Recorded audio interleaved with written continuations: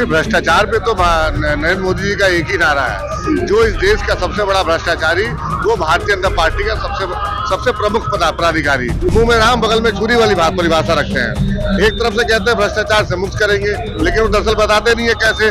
10 साल बाद हमें पता चलता है मुक्त हो गया, सारे भ्रष्टाचारी अपने में ले लिए। मेरे को लगता है जितना झाड़ू मारेंगे ना तो कमल बिखर जाएगा, वो अच्छा। हमें नहीं चाहिए ऐसा खिलता हुआ कमल जो कि इतने भ्रष्टाचार कर रहा है। गरीब है ना, तो गरीब लोगों को और गरीब कर रहे हैं। वो बेरोजगार लोग घूम रहे हैं, काम धंधा नहीं है, पढ़े लिखे लोग घूम रहे हैं बेरोजगार, तो गरीब ही तो है।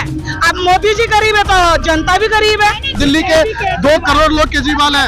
अगर घुटने टेकने वाला अगर कोई नेता बीजेपी में जाए तो उससे बेहतर है कि हम जेल में बैठे रहें।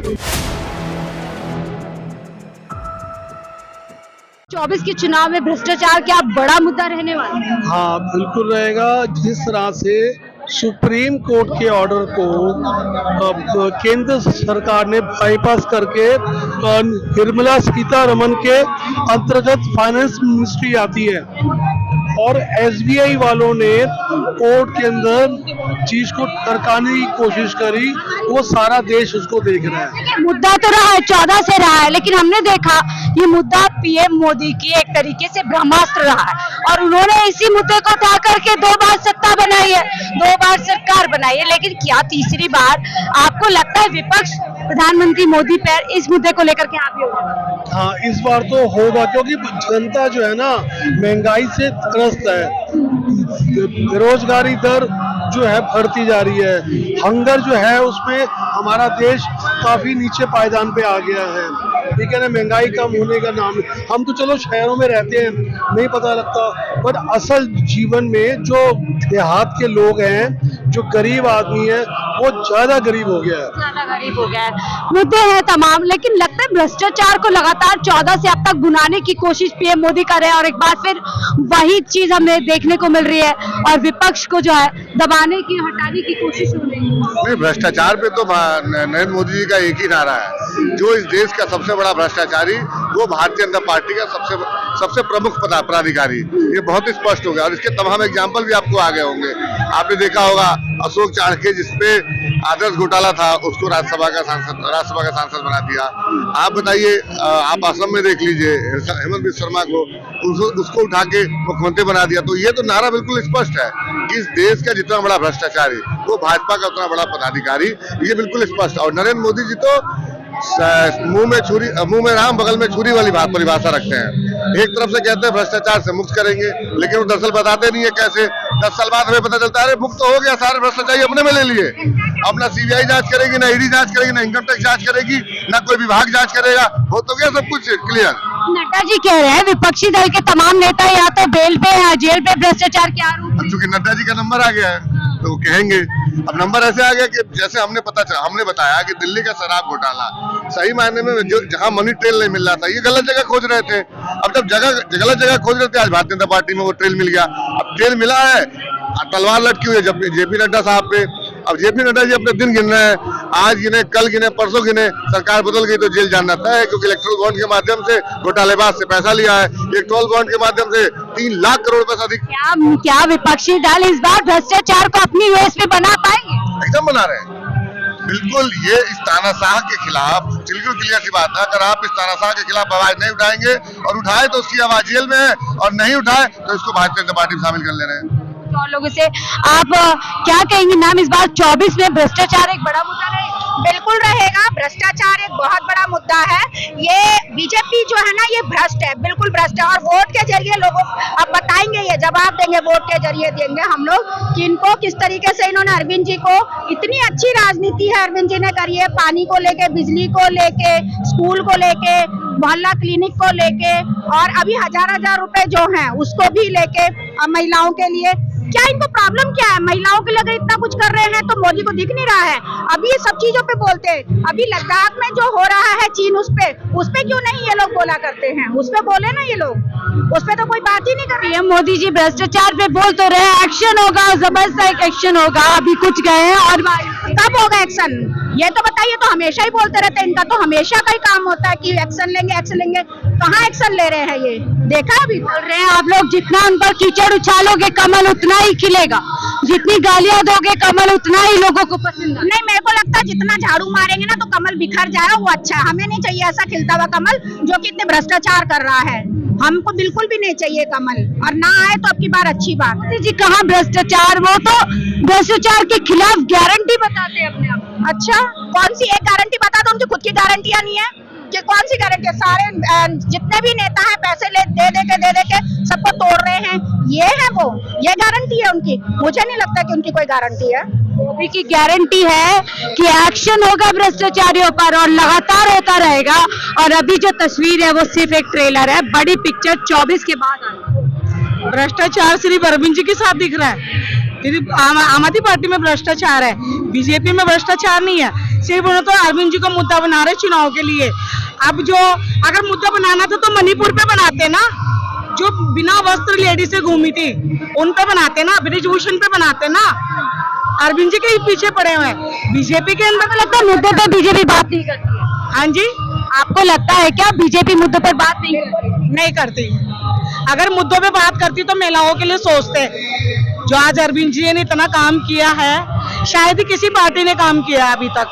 लेकिन पीएम मोदी जी तो कहते हैं मैं गरीब का बेटा हूँ, इसलिए माताओं का, महिलाओं का दर्द समझता हूँ, उनके लिए काम करता हूँ। वो गरीब है ना, तो गरीब लोगों को और गरीब कर रहे हैं। वो बेरोजगार लोग घूम रहे हैं, काम धंधा नहीं है, पढ़े लिखे लोग घूम रहे हैं बेरोजगार, तो गरीब ही तो है।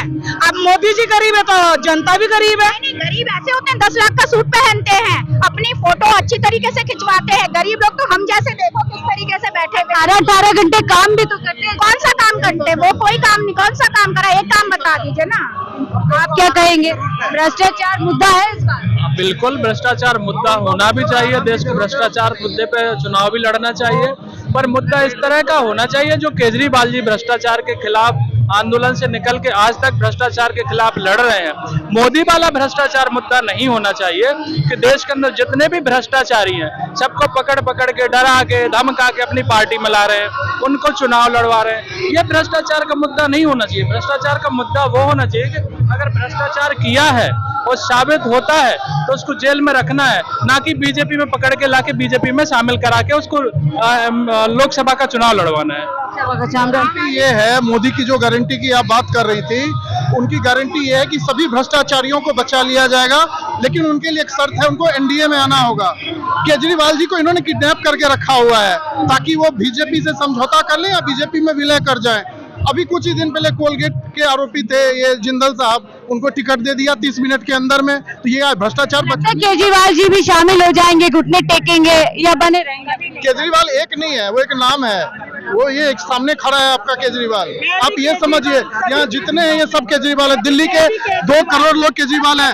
अगर घुटने टेकने वाला अगर कोई नेता बीजेपी में जाए तो उससे बेहतर है कि हम जेल में बैठे रहें। हमें गर्व है कि वो जेल में बीजेपी के पैर पे नहीं बैठे हुए हैं, उनका तलवा नहीं चाट रहे हैं। भाई संजय सिंह निकलते के साथ जो है वो अपने पुराने फॉर्म में वापस आ गए। यही है आम आदमी पार्टी। जो अगर हम बीजेपी के साथ नहीं है तो हम ईमानदार हैं, हम बीजेपी के साथ जाएंगे, इसका मतलब हमने भ्रष्टाचार किया हुआ है।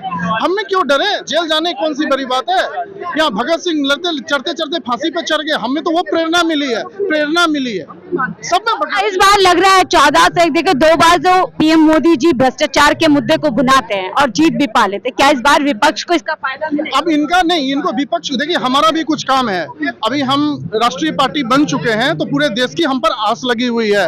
ये उपवास न सिर्फ भारत में, पूरी की दुनिया में हो रहा है। पूरा दुनिया क्या चाह रहा है कि भारत की तरक्की हो, एशिया में एक ऐसा संस्था बने। अगर क्योंकि देखिए दूसरा चाइना है जो कि लोकतंत्र का समर्थन नहीं करता, लोकतंत्र को कुचलता है।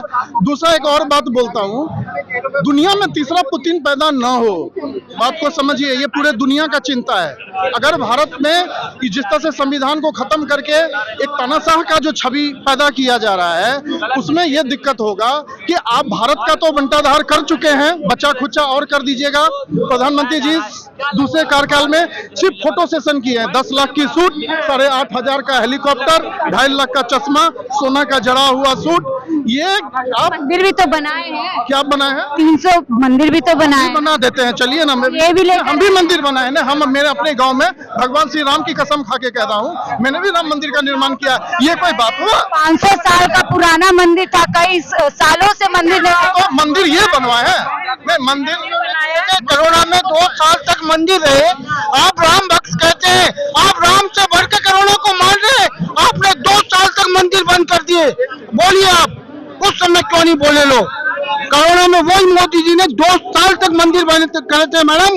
लोगों को पंडित ने सरेआम धक्के मार के बाहर निकाला था। किसकी बदौलत? मोदी की बदौलत। मोदी जी की खेल और क्या मोदी जी ऑर्डर किए थे कि सारे मंदिर बंद कर दो कोरोना में? आप बताइए, कोरोना में बंद नहीं हुए थे? लगता है बुलाते हैं इनका। मैं बताता हूँ, ये जो है हमारे 4 शंकराचार्य जो हैं, ये बीजेपी के तो पैदा किए हुए नहीं है, हजारों साल से हमारे शंकराचार्य हैं। तो हमारे शंकराचार्य चारों ने मंदिर का बहिष्कार किया, मंदिर का निर्माण पूरा नहीं हुआ है। इन्होंने चुनावी फायदे के लिए आनंद फानन में ये फटाफट ये जो है सो कर दिए हैं। दूसरा, ये पूरा फोटो सेशन उस दिन हुआ, भगवान पीछे थे, मोदी जी आगे थे। ये क्यों? भक्त तो मन में होना चाहिए। हम तो सबसे पहले जय श्री राम और हनुमान हमारे जो है सो आराध्य हैं, इस पार्टी के आराध्य हैं हनुमान जी। मैं हिंदू हूँ, सभी धर्म का स्वागत है। ईश्वर अल्लाह तेरो नाम, सबको सन्मति दे भगवान। गांधी जी आए तो उन्होंने अपना सूट, बैरिस्टर थे, कोट फेंक के धोती गमछा पहना, इन्होंने धोती गमछा पहन के 14 लाख का सूट पहन लिया। क्या आप कर क्या रहे हैं? आप मनी ट्रेल, मैं बताता हूँ, बीजेपी का मनी, सब बीजेपी के दफ्तर पे छापा मारिए, इतना ज्यादा कैश निकलेगा। दुनिया का सबसे बड़ा घोटाला हो चुका है, मनी ट्रेल दिख रहा है। भ्रष्टाचारी इनके नाम पर चुनाव मांग रहा है, इनके साथ फोटो खिंचा रहा है। क्या वजह है कि जो बदनाम है सिर्फ जो है विपक्ष को किया जा रहा है भ्रष्टाचार के आधार? इसलिए क्योंकि इनका भ्रष्टाचार छुप जाए। इनके पास देखिए 10 साल में आपने क्या किया, ये कुछ दिखाने लगे इनके पास है नहीं। अब ये है कि अभी भी हम पर भ्रष्टाचार का आरोप विपक्ष पे लगा रहे हैं। कोई सत्ता में तुम हो, मनी ट्रेल कहाँ है? कहीं नहीं है। अभी संजय सिंह जो छूटे हैं उन पे कोर्ट का क्या था कमेंट? कोई मनी ट्रेल नहीं मिला। धन्यवाद। बहुत बड़ी बात कह रहे हैं कि भ्रष्टाचार का जो मुद्दा है लगातार 2014 से अब तक लगातार पीएम मोदी भुनाने की कोशिश करते हैं, और यही वजह है कि जब जनता के बीच में हो जाते हैं तो उनके पास काम के नाम पर कुछ नहीं होता, और इसी को लेकर के वो लगातार भ्रष्टाचार के नाम पर जनता को गुमराह करते हैं। फिलहाल भ्रष्टाचार 24 की जो लड़ाई इस बार होने वाली है उसमें मुख्य मुद्दा दिखाई देता है, चाहे वो विपक्षी दल हो या सत्ता दल हो। अब ऐसे में जनता किसके भ्रष्टाचार के खिलाफ वोट करेगी, ये बड़ा सवाल है। फिलहाल मुझे दीजिए इजाजत, मैं शाहीन खान, दिल्ली।